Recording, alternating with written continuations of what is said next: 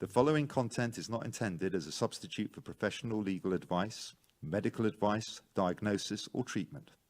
Always seek the advice of your attorney, advocate, physician, or other qualified health provider with any questions you may have regarding any medical or educational concerns.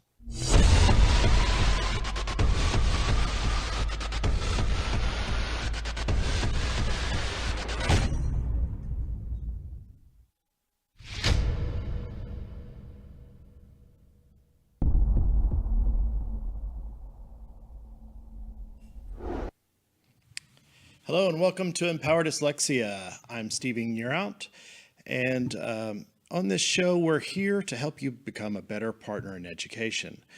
We discuss dyslexia, other related disorder, research, intervention, special education policy at the state and federal level. We interview experts in their field, and we talk to people about their life experiences in and around these same areas. Please subscribe to our YouTube channel and to our Facebook page. It helps us with our sponsors. And write us a review. Let us know how we're doing. We'd love to hear from you. As always, if you're watching this, you're watching this on either YouTube Live or Facebook Live, and you can get us for the audio version on all of our favorite apps: Amazon, Google Play, Stitcher, iTunes, iHeartRadios now. Make sure that you subscribe, and you'll be able to know exactly when our new episodes drop. One of our recent and title sponsors is Learning Ally. And we have a special from Learning Ally. So if you use the code ED20, you can take 20% off your family's new family membership when you check out. So make sure that you use that special code ED20.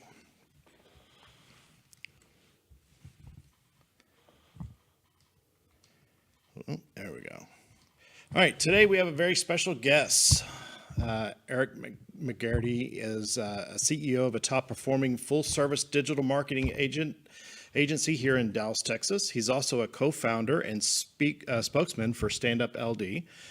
StandUp LD is a nonprofit supporting network for parents and educators seeking educational resources and support for and inspiring children with learning differences. He volunteers his time to work with and advocate for people with learning disabilities or differences. He also hosted his own television show, The Curious Entrepreneur. Good afternoon and welcome to the show. Thanks for having me, Steve. Awesome. So, we're honored to have you here. I gave a little brief bio on you, but we'd love to hear from you personally. Tell us a little bit about yourself. Sure. I'll take a couple minutes just to kind of give a little background on who I am, because I think that gives a little context for the conversation. You talked about what I'm doing today, but where I came from might be a little more apropos to this conversation. Absolutely. So, when we talk about learning differences, that's near and dear to my heart. I'm dyslexic. Growing up as a dyslexic, that's always an interesting road and can be a very challenging road. And I remember when I was a kid, my first grade teacher, she didn't know how to teach me. And I remember to this day, one day she grabbed my shirt and literally shook me like, "Eric, you're not paying attention." And the thing was, I was trying, but I wasn't connecting with the way the information was being presented. And so over the years, I had to learn how I learned and how I received information best. And I'm one of those folks, dyslexia is a spectrum much like anything else. And, I'm way on the extreme side. So my differences and challenges, the disability side of dyslexia is pretty extreme. To this day, I've never read a book in my life with my eyes. On the flip side, I have some gifts too. And so I've learned to kind of recognize that balance in my own self and leverage my own gifts, the things that I do well, to be successful. And that's why I'm able to run a company today. I enjoy doing the show. I love to get up and speak. Let me talk. Don't make me write. Right. So that's just a little bit of my background. I started my professional career as an artist. And so some people in the LD community might know me for my art. I do a lot of work that deals with how we access information and reading and books specifically. And when I do talks and addresses, a lot of time I'll also show my work, and it kind of adds a little bit more dimension to the conversation. So everybody generally has a story about why they started advocating for others. Mm-hmm.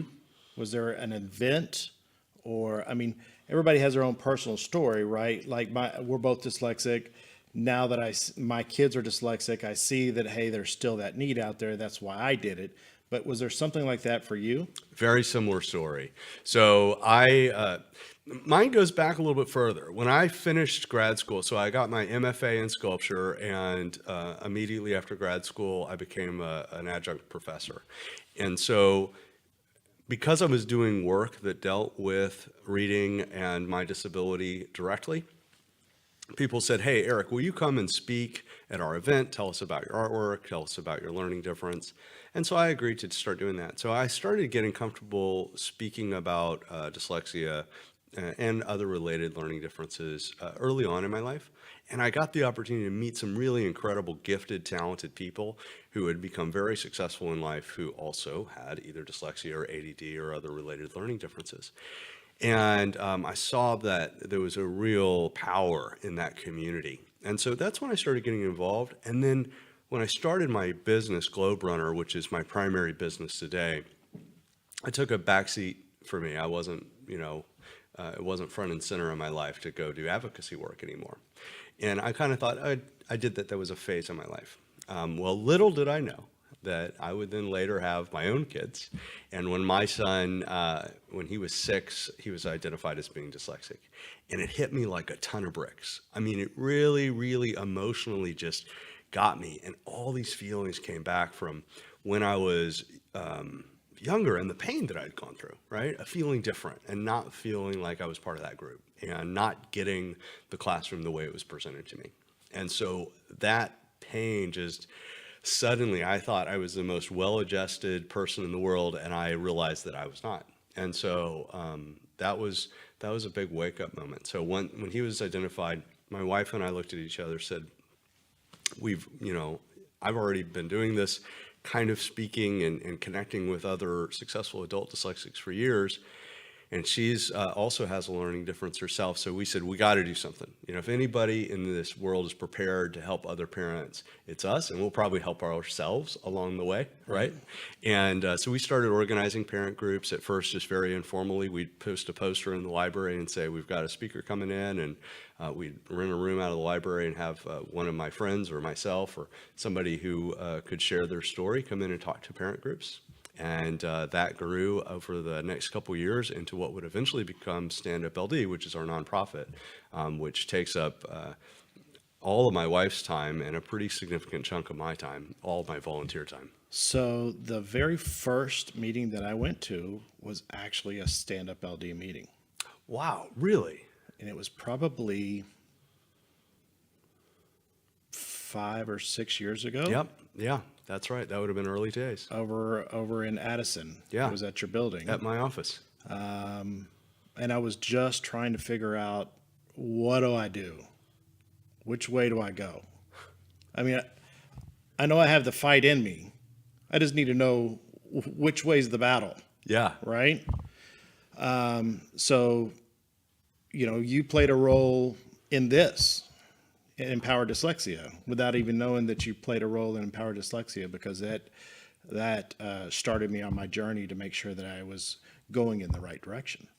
Steve, that is really cool. You told me that. I didn't know that. I mean, you did not share that with me before I just showed up on the show today.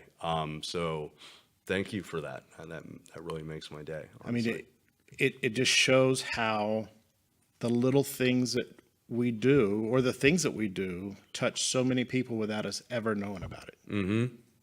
Well, and honestly, sometimes it's hard to keep doing the work. And when I have a parent come up to me and say, you really made an impact on my life or my child's life, it means the world to me. And that keeps me motivated. And right now I'm super motivated. I mean, That's awesome. We're just doing some amazing things. I'm really excited about it. I'm sure we'll get a chance to talk about them more. Absolutely. So you were talking about your son was identified at age 6. I can remember looking at my own kids and seeing myself and seeing the things that they're doing, the actions, not the things that they're saying, but the actions that they were doing that reminded me so much of what I was going through at that age. And I knew immediately. Yeah, absolutely. Was it that way with you also? Yeah, I mean, we saw him struggling, and I was like, oh, it's me, there's a mini me's here. He's arrived. And yeah, we knew instantly we didn't have to have the testing results. Those were formality, right? We knew. And then, and of course, this experience has now happened 3 more times. So I have 4 kids, all 4 are dyslexic. So we're a full house. We're all in, because I'm dyslexic. All 4 of the kids are dyslexic, and Heather has dyscalculia, which is the math variation of dyslexia. And so we really are all in. So you've crushed the 1 in 5 or 20%. We are crushing those statistics. We absolutely dominate. Tell you what, we if we're going to do it, we dyslexics do it all the way. That's right. So I was identified in 3rd grade. You were talking about you started seeing differences as early as 1st grade? Yeah. So he was identified. We really probably could have identified him in kindergarten and maybe should have, but he was identified in 1st grade. I was personally one of the very few kids of my age that was identified early. So I was identified when I was 5 years old.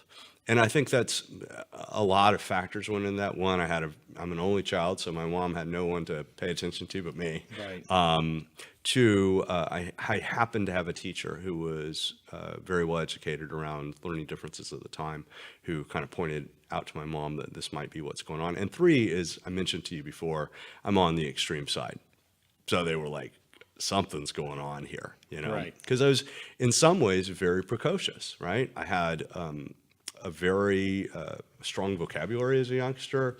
I was quick in some areas, but I could not do any of the basic things that kids are expected to be able to do in terms of reading, writing, and even at the time I struggled with arithmetic, which is ironic because today math is one of my strong suits. I minored in math in college. I mean, I love math, but at that point in my life, I was really struggling with the basic blocking and tackling of academics. Right. Yeah, for me, obviously it was reading and spelling. Math was horrible, and I didn't start really learning math, believe it or not, until I started playing dominoes. Oh, yeah. And it was because people were getting so angry at me because I was taking so long to count the dots that I started picking up how to count faster and add and subtract and multiply quicker. Yeah. So now I'm pretty decent at math. So, well, that's interesting. My dad, he's a mathematician at heart. He has his PhD in computer science and loves math. And so he got very frustrated with me early on because I was struggling with arithmetic. And so what he did, which is really brilliant, is he turned the math page into a game. And so what I was getting stuck on was the whole page. It wasn't one problem, it was the whole page. I felt like I had to do the whole page. And so he chunked it down into little steps, Let's do this problem, let's do this row.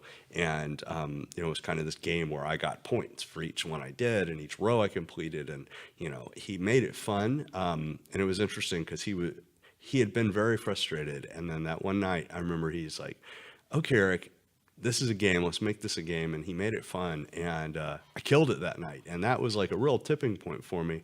I was probably 4th or 5th grade or something, where maybe it was earlier, but maybe 3rd or 4th grade. But yeah, I remember that night. That's awesome. That's a pretty interesting way of getting the lesson across to the kids. So other than that, was school difficult for you? Did you struggle? When did you really start I mean, we talked about, kindergarten, first grade, but when did you really start hitting that wall that you knew you needed help? So I would say I struggled a lot even through middle school. And I didn't really know how to learn. And I struggled in subjects like history, for instance, is a great subject. And I think this brings up even a more important point than just my story, but more globally, what we tend to do in the academic system is we measure kids based on their ability to read and not on their ability to learn. And so we don't really, we struggle to give students the tools they need to learn information, and instead we start getting focused on rote memorization, which is not my strength, and we get focused on your ability to read is the throttle for your ability to learn, because you can't get the information without reading it. And that to me is an asinine idea. And so what I would like to see happen in the educational system more broadly is I think we need to focus on learning how to learn rather than memorizing facts and using reading as a throttle for learning. Yeah, my teachers used to get so mad at me because I'd never open my book. But if they talked to me, if they lectured about whatever topic it was, I got it. Right. 100% got it. And I could take their test and pass it almost every time. And it would infuriate them because they're like, why can't you do your work, but you can pass the test with 100? Because you're talking to me. I'm taking it all in. I understand what you're saying. I can see everything that you're talking about, and it's going into my memory. Right. So here's an idea that I'll put in front of you. For me, and I bet you're the same way, we're big picture thinkers, right? And so if I can connect it to a story, then I can understand it. And anytime I'm thinking about, go back to history as a good example. History should be, for me, taught as storytelling, right? Don't have me memorize certain dates. That doesn't make sense until I can connect it into the story. And I notice even a lot of history books, when you look through an academic history book, it jumps all around the world so quickly, you're never building a narrative. And I think there's a real failing in the way some of these classes are taught. You're building that motion picture in your mind. Right. Tell me one motion picture, and then give me another one, but work it into that first one I already know. Tell me how it connects to the whole. Right. So, what was everybody had a passion. Mine was sports. That was about what I was good in. I wasn't good in art. Well, I did singing, choir, and football. Those were my two things. What was yours? Art, for sure. Art and drama were the areas that I loved the most. I mentioned I love storytelling. So drama was storytelling to me, and being creative and coming up with new ideas and making things with my hands let me shine in art. And I'm also a very three-dimensional thinker. And so for me, I could envision finished things very easily. And what's interesting is I took that learning and I've applied that into other areas. And now I use three-dimensional thinking, much like you would design a sculpture. I use that to do other types of problem solving, including building spreadsheets. Today I love to build cool, complicated spreadsheets with lots of neat formulas and pivot tables. I approach that in the same way that I do, concepting a piece of art. It's like, what's the problem? What's the solution? How do I get there? And I think that once we can kind of learn how we learn, that's the trick. That's the magic, the secret sauce that I think can unlock our children's potential. Did you always want to go to college, or was it something that at the end you just said, hey, I'm going to try it? Well, it wasn't even a conversation in my house. Really? So both my parents have graduate degrees. They met in grad school. So you were going? I was going, yeah. So the question was I going to get an undergraduate degree or a grad degree? It wasn't, are you going to college? That would be like, are you going to go, brush your teeth or something? Yeah, of course you're going to go to college. Right. So that was an expectation that was never really discussed. Graduate school, I decided to do kind of I wouldn't say at the last minute, but towards the end of college, I decided I would, because let's step back for a second. I wanted to be an artist because I thought the art world was a place that wouldn't force me to read. And that was one thing that I don't regret, being an artist. And I do fully enjoy that work, and I still do it to this day. But I do think my thinking was limited. I think that I pigeonholed myself into that because I didn't think there was any way I could excel in other areas. Now, of course, I've started my own business. I, manage people. I have a fun organization, and we've been very financially successful because of that. And I think that in my early days, I limited my thinking and didn't feel like I had that as an option. So I waited a long time to get into business, and I do regret that. I think I could have taken that challenge earlier had I allowed myself the opportunity. Right. But to finish your question, the reason I went to grad school is because after I was about to finish my undergraduate degree, I realized there was no jobs. I mean, what was I going to do with, a BA in sculpture? No one was going to hire me to do anything. So I figured the only thing that I could do really was teach. So I went for my, MFA, which is the last degree you can get to become a professor. I did that, not really thinking through that there's hundreds of MFA candidates for every decent job. And so the only jobs I could have really gotten were in small town America, and my wife and I didn't want to live there. So that's what the career pivot eventually happened. Did you, how was college? Did you struggle in college? Were you able to get the accommodations that you needed?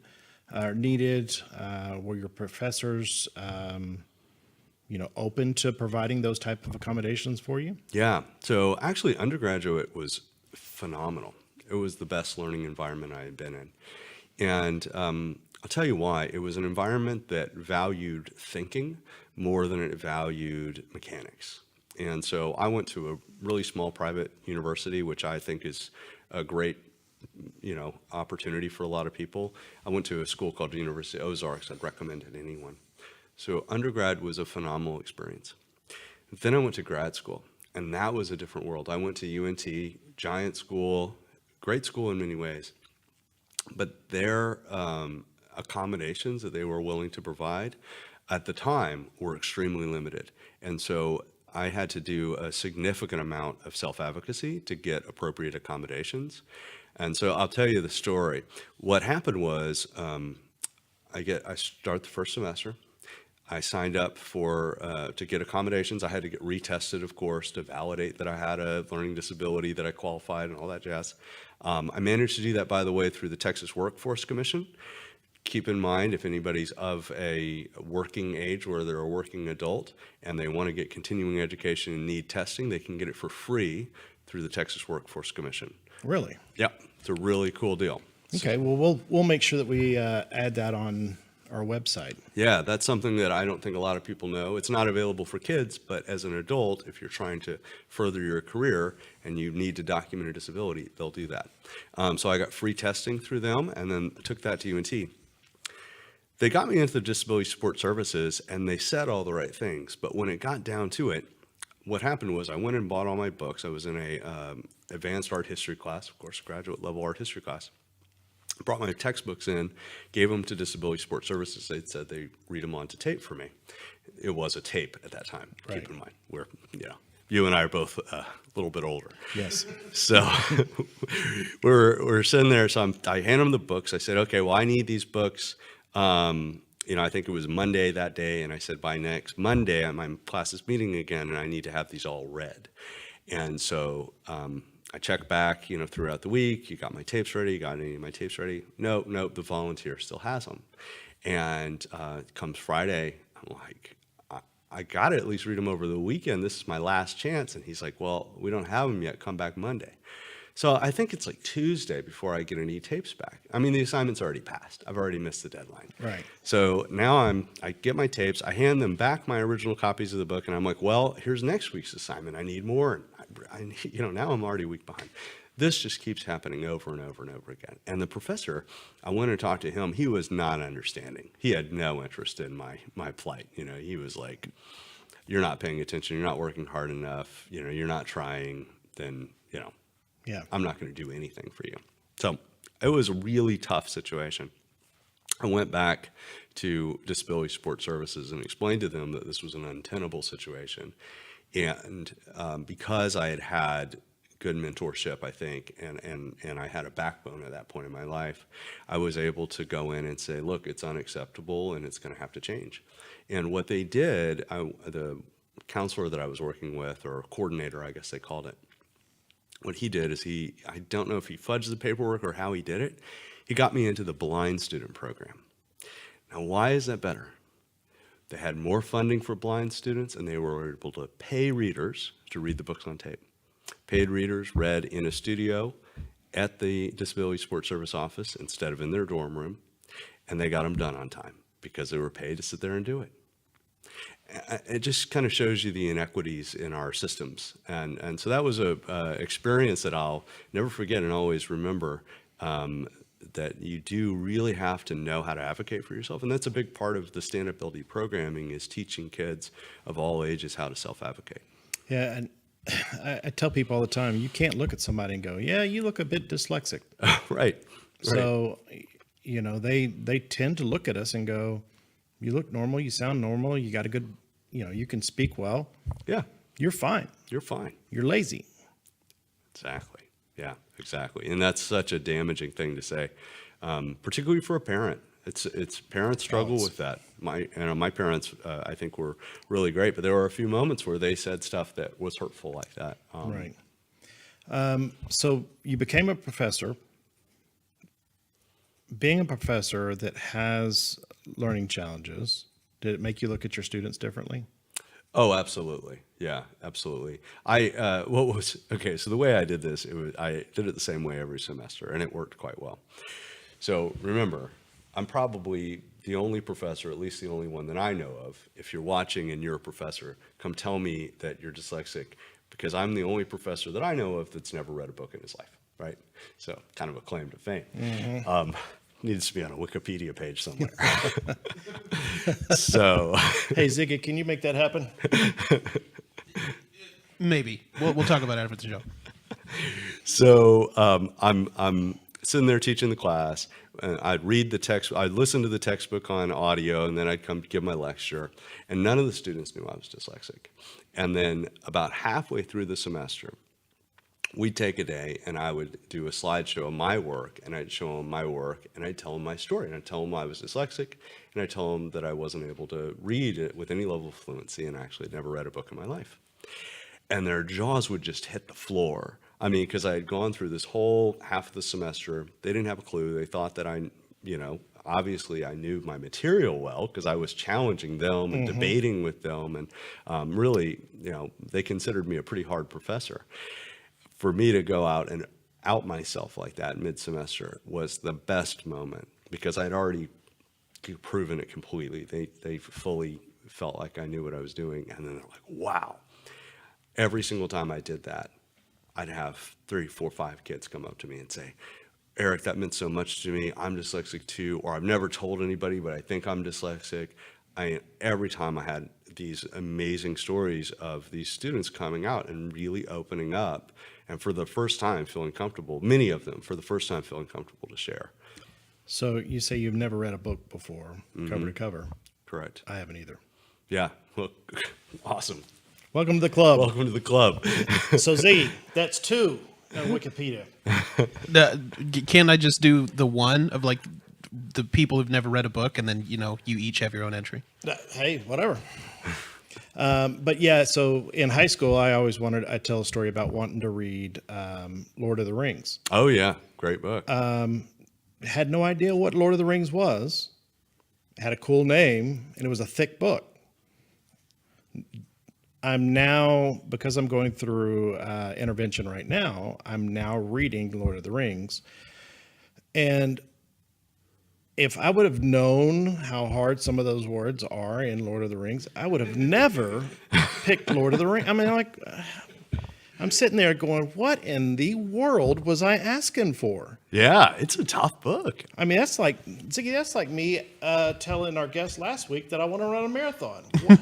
Well, come back to me when you decide that you want to learn Elvish. No. Golly. So right now I'm actually going through Lord of the Rings. That's actually a hard book just to listen to on audio. I mean, it's a complicated book. Yeah. Yeah. And the English in it is not English. I mean, the way that they talk, and you're like, wait a second, that's the way I would normally have read it. Am I reading that right, or am I reading that wrong? So, you talked about becoming a public speaker at some point. Mm-hmm. How did that happen? So originally, it was just people wanting to know about my art. And so I'll tell you, Steve, I wasn't comfortable talking about being dyslexic. I mean, that is not something you just want pretty to tough. go out and advertise. So it's been a journey to get from where I was. And the funny thing is, my kids go to Shelton now. All three boys go to Shelton, and I went to Shelton. And so I still run into a bunch of teachers that actually still teach there, amazingly, 30-something years later, they're still teaching there. So, and they all comment, like, Eric, you were the shyest kid I've ever met, you were like in this shell. And now I'm very open in public. So it's been a journey. But I remember during that semester where I was having all those challenges with the professor and not getting accommodations in grad school, that's when I started doing work that was specifically about dyslexia.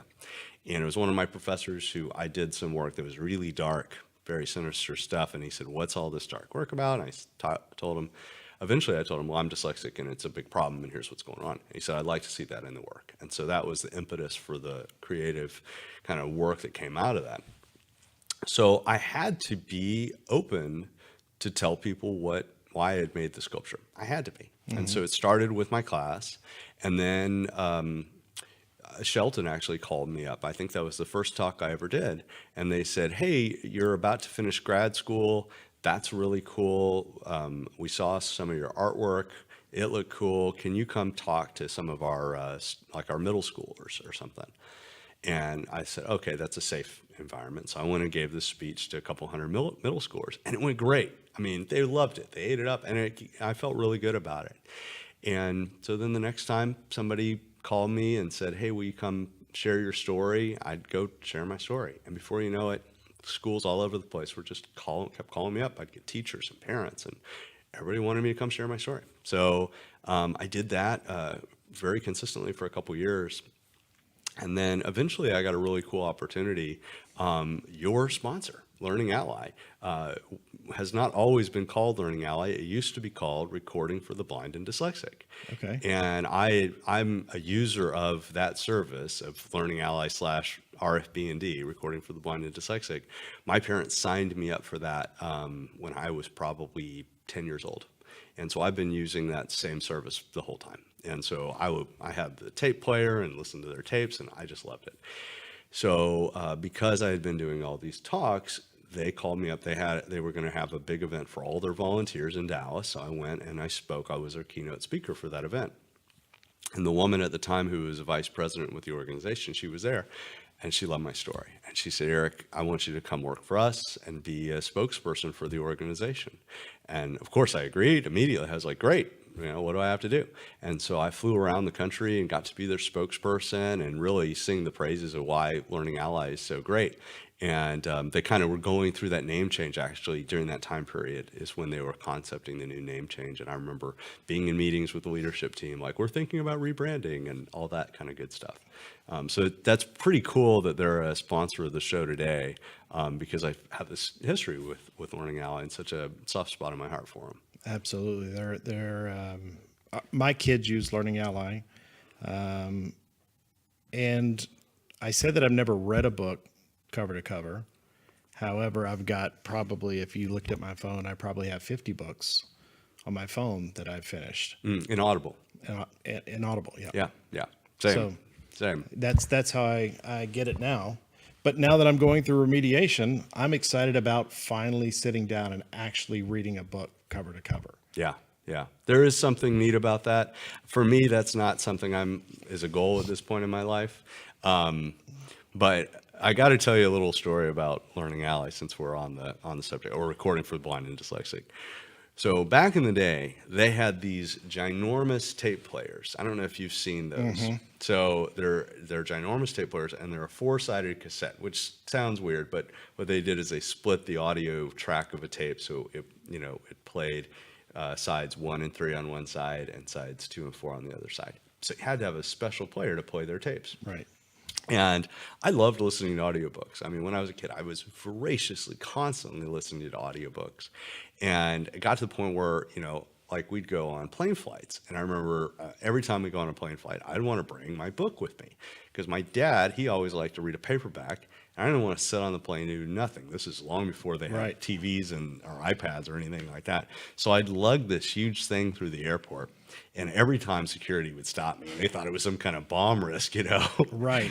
And so when I started telling people, I said, "Oh yeah, I collect antique tape players," and they're like, "Oh, that's cool."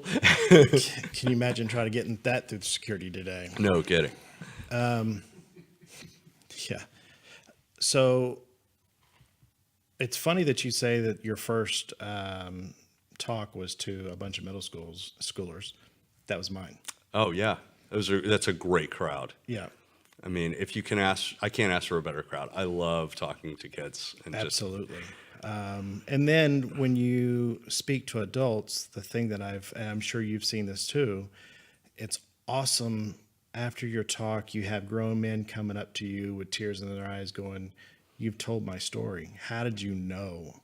I thought nobody else knew. Yeah. I hid this forever." Every time. Yep. So, so now you have a marketing company and StandUp LD. Tell us a little bit about your marketing company. Yeah, so I mean, Globe Runner's been doing great. We're a full service digital marketing agency. We've got 20 employees. We've serviced the mid-market, so we do digital marketing, primarily SEO, paid search, which is funny because if you think about search and SEO, that's a very word-centric business. So why I got into word marketing, I don't know. Right. But I love the technical side of it, and my mind works well in that area. So we've done some amazing things. We got in the Inc. 5000, one of the country's fastest growing companies. We've acquired 2 businesses over the course of the last 10 years. So we just had our 10-year anniversary. Congratulations. So it's been a really, really cool ride. And we're on an extreme growth curve right now. We've hit another big growth curve with the acquisition of another business, and bringing their sales team in has really hit us to a new level. So we're hiring and trying to keep up with demand. So it's a good position to be in. That's amazing. And I mean, StandUp LD is doing amazing things all the time. Yeah, well, StandUp LD is a true passion, and Heather and I mean, it's 100% volunteer. All the funds that we raise goes right back into programming.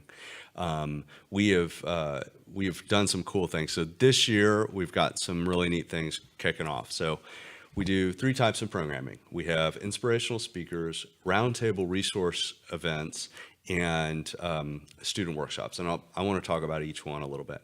So the inspirational speaker is pretty self-explanatory. We bring in generally a adult dyslexic to share their story. We focus on the inspiration. That's where those talks are focused. There's other great nonprofits in the community that do more of the academic side of it. Our focus is on the inspiration, and they're always designed for the whole family. We want the moms, the dads, the kids, the teachers. We want the whole community to come to those talks. And then the resource table events, where they might be technology focused or just resource focused. We bring in other nonprofits that we think are doing great things. We bring in experts in specific fields, and we set each person up, each expert or each nonprofit with their own roundtable. And it's basically like speed dating for resources. And I really love the format. You sit down at a table, you have a nice 15-minute conversation with 8 to 10 other parents and an expert. And then in 15 minutes, I come up and I say, okay, time to switch. And you go grab another table. And so through the course of the evening, you have 5 or 6 really good, intense conversations. So those are really high impact events that are designed for the parents. And then the last one, which is my favorite, is the student workshops. And so we've designed a curriculum of student workshops where we focus on self-advocacy, social emotional health, and really helping the kids to express who they are and find their gifts and talents, and also be comfortable advocating and talking about their learning difference, and trying to remove the shame that is so commonly associated with learning differences. So this year, for the first time, we're doing StandUp U. So it's our kind of, we branded it as a series of courses. It's a 3-workshop series for the kids, ages 6 to 10 for this first year. And those kids that are running through that, we're actually running a study right now to measure their outcomes. So we're doing interviews at the beginning, in the middle, and the end to look at how they're impacted from a social emotional health point of view. I'm really excited to see how that study comes out and what the outcome is. Next year, we're planning on doing that again. I don't know if I'm allowed to say it, but I'm going to go ahead and preview it. I think we'll probably do it twice next year, where this year we only did it once. So we're going to be expanding our programming. So yeah, we've got lots of stuff. We've got one more event coming up this year. I'll probably say it a couple times just so everybody knows about it, but we've got a parent roundtable event on April 27th, and we're still nailing down the finals on the venue, but otherwise we're excited about that. So that'll be a great event. I'm sure we'll have a big turnout from the community there. Awesome. I mean, my boys are actually going to come this weekend because you're Awesome. You're on your second of That's the right. 3, right? That's right. I, as an advocate, feel that it's very important for my kids to see what it means to be an advocate and to come volunteer. So I called y'all and asked, how do I get my children involved in volunteering and making sure that they see that, yes, there are other kids out there that have these same issues, and you can then help them also.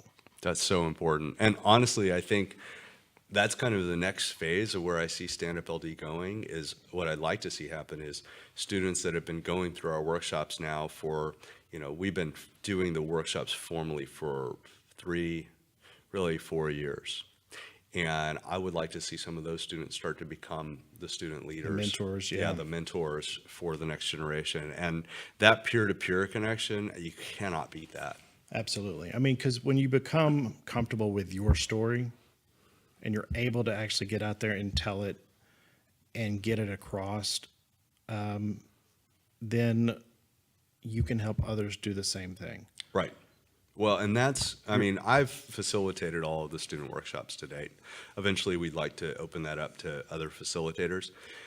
But I think what's key, and one thing that makes our workshops different, is our workshops are facilitated by people who have a learning difference. They are authentically presenting their story and leading the students through exercises and conversations that are very authentic.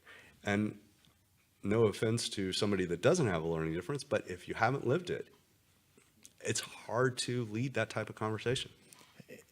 Yeah. You can is it empathize? Right. You can empathize with them, but if you don't know, you don't know. You don't know what the struggle really is and how bad it was or how bad it is or how good it can be. Right. Right? Right. So you and I had talked about assistive technology. Love assistive technology. And I mean, we adult dyslexics have to, especially if we didn't have remediation, and some that have, we lean very heavily on assistive technology. What are some of the things that you've used in your daily life that help you? Yeah, so I am a huge fan of assistive technology, as you know. And so I use text-to-speech every day, all the time. And some tricks to making that work well. First off, I do recommend the Mac, and because they are ahead from an assistive technology point of view. They just are. There are more built-in features in the Mac than there are in a PC. Now, if you have a PC, there's options there. Text Aloud is a good software for the PC, but if you have a Mac, it's built in. So all you have to do, go into the features, go into accessibility, and turn it on. The trick is to set up a keyboard shortcut. So all you have to do is hit a couple hotkeys, and suddenly it reads to you. So the way it works is you just highlight the text you want to listen to, hit your keyboard shortcut, and you're listening. And I think that's so fantastic. It's so quick and intuitive for me to be able to gain the information that I want. The other thing I like to do is I like to type. A lot of time I do like to type and use spell check to get close, but then I highlight what I just typed and I listen to it. And that is a teaching tool that is just incredible. I mean, the immediacy of the feedback is amazing. And you can hear mistakes. I'm a good listener. I mean, I've had to become a good listener. So I'm very good at hearing all the mistakes that I made in that paragraph. And so I think back on my childhood where I would write a paper, give it to the teacher, and a week later I'd get, a bloody redlined version, right? Well, that feedback was so delayed, I didn't really learn anything, right? You went home thinking that you knocked it out of the park. Right. I did. I wrote a great story. Mm-hmm. In your mind. In my mind. But the mechanics of it didn't translate. Yes. It's funny because I started writing, I've actually started 3 different books. One's a children's book, and I did that same thing. So I sat there and typed it all out, and then I went back and listened to it, and I'm like, oh, that's wrong. Yeah. And I was able to make the corrections to actually make it sound correct. But when I first started typing it, I mean, it was so bad. different. Yeah, and that's what's amazing. I mean, in my head, I know exactly what I want to say. But the mechanics, and there's something that doesn't translate. But when I listen to it, I can hear all those mistakes. I go back and fix it. And then, honestly, I can write a really good paper now. The other thing I use a lot is dictation. I love dictation. Everybody these days is dictating their text. So it's becoming mainstream. And that's why I love this idea of universal design. I don't think that all this technology has to be an accommodation. Most of the things that we do could be universally designed for everyone to use. Mm-hmm. So just so people are clear, you and I are not advocating for assistive technology only or over remediation. It's as a choice or another tool, correct? Correct. Absolutely. Yeah. I think there's a great time and a place for remediation. I mean, with my own kids, I have them, Keegan, for instance, when he was identified, we immediately started Orton Gillingham reading therapy, right? Immediately before we switched him to a different school or anything. We hired a private tutor and got her in there and did everything we needed to do. I see, and studies back me up on this, the first 3 years after identification are the biggest impact zone, right? So you just started remediation, you're going to have 3 good years of progress. You're going to make a lot of progress. After that, the time commitment versus reward starts to diminish pretty significantly. So that first 3 years of really intensive reading intervention, I think, is critical. Then I like to encourage teachers and parents to look more towards assistive technology to, just get up to where the kid needs to be. And think about it this way. If, let's say, you learn a reasonable level of reading skill, and you may want to sit back and enjoy a book at a leisurely pace. But then there may come a different time in your life where maybe you go to school and you're expected to read 5 hours of reading in a week or in a night, right? Mm-hmm. Well, if your reading pace is significantly slower than your classmates, right, that 5 hours becomes 10 or 15. Mm-hmm. With assistive technology, even if you can read, you might be able to read and listen at the same time and follow along. That's commonly a good way to learn because you're getting it through 2 inputs at a significantly faster pace. And now that 5 hours actually is 5 hours. Right. One thing I always encourage, particularly older students, to do is start to learn to listen faster.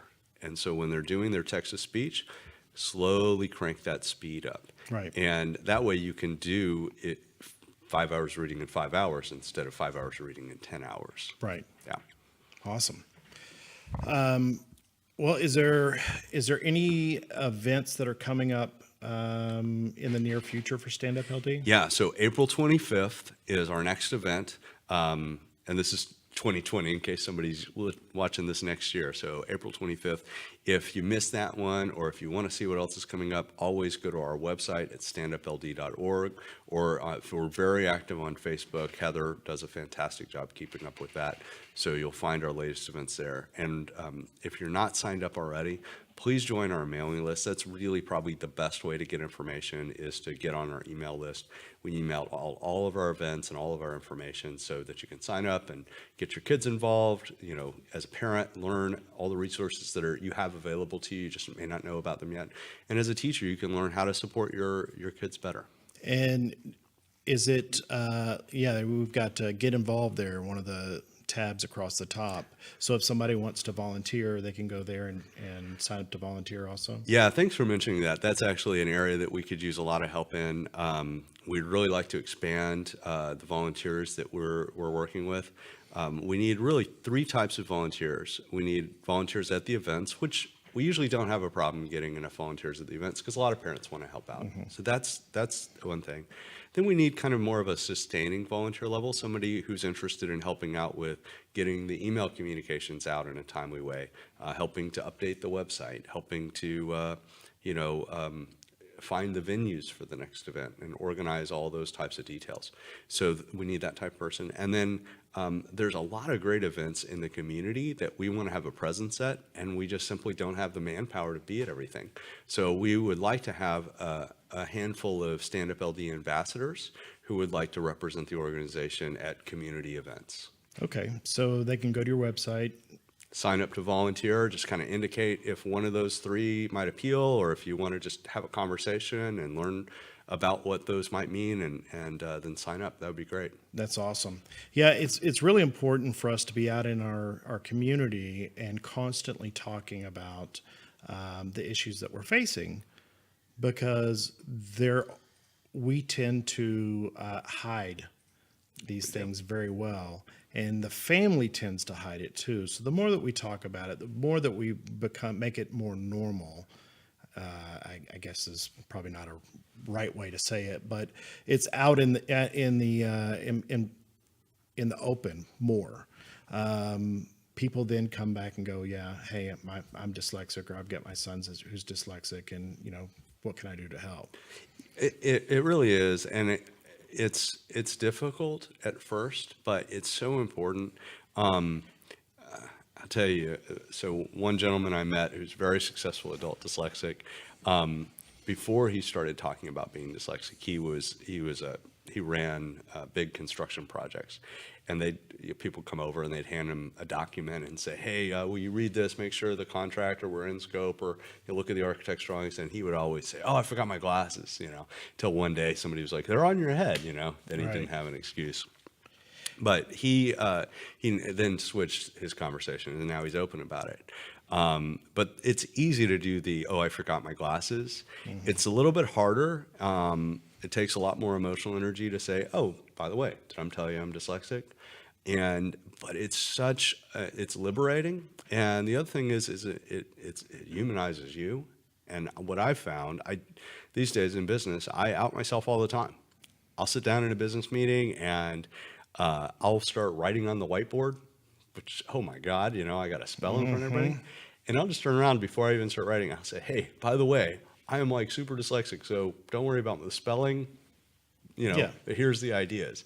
And half the time somebody in the room would say, oh, me too. Or my niece or nephew or son or daughter. And we'd have a great conversation, and it really has helped me connect with people on a different level. So I think it's the best thing in the world just to say, hey, by the way, I'm dyslexic. Right. So the way that Empower Dyslexia came about was I was wanting to interview my mother. And it took her over a year of me constantly badgering her about, will you come on the show? Can I interview you? Can I interview you? And we actually, show 2 of season 2, she came on and did an interview with him. And she told me that it was like, she felt like it was the same thing as leaving church, because she had carried this guilt around for so many years and hid it for so long that she finally talked about it, and it's taken off of her. It's a load off. Yeah. I think that's so awesome. I mean, that's great that you did that. And it is, it's so important to remove the shame, remove the guilt. Yeah. And embrace who we are and celebrate the talents, right? Yep. I'll be the first, just like you, I'll be the first one to tell you I'm dyslexic. So, well, Eric, I appreciate it. Thank you so much for all the great work that y'all are doing. You personally are doing with going out and your advocacy and StandUp LD. I'm so honored that you came on the show and that you're allowing my boys to come volunteer at these events. I mean, they'll definitely be back to volunteer some more. I think it is very, very important for us to give back. Great. Thanks for having me on. It's been a real pleasure. I mean, it's talking about my favorite subject. Awesome. So we're close to our time limit here, and as we always like to recommend, if your child is struggling in school, please don't wait. We have some templates on our website for you to download, and you can fill these out, turn them into your school counselor to get the testing started. You'll be happy that you'll understand exactly what's going on with your child. Your child will be happy that they're not having to struggle anymore and they're getting the help that they need. This will help your entire family, I promise you. Again, that website is www.empowerdyslexia.info. You can also see any of the events that we have for our parents and or for kids. Anytime StandUp LD has an event, we'll have it on there also. I'd like to thank our sponsors, Learning Ally, Impact Dyslexia, and Three Dudes Design. You can go get your dyslexia-inspired t-shirts there. And look at those wonderful high heels there. I mean, those are some powerful high heels that you can, 1 in 5, you can wear those to your next art or 504 meeting. But anyway, I appreciate all of your time. I just appreciate all the support. I mean, Ziggy, one of our last shows is up over 100,000 views. Yeah, the season 2 opener. Yes, Yeah. over 100,000 views. It's amazing. I mean, That's so awesome. I have no idea. I mean, I never in a million years would have ever thought that this could reach as many people as it's doing. It's such an important topic that affects so many people, and the problem is people aren't talking about it. And thanks to people like you who really said, I'm going to stand up and speak out. Yep.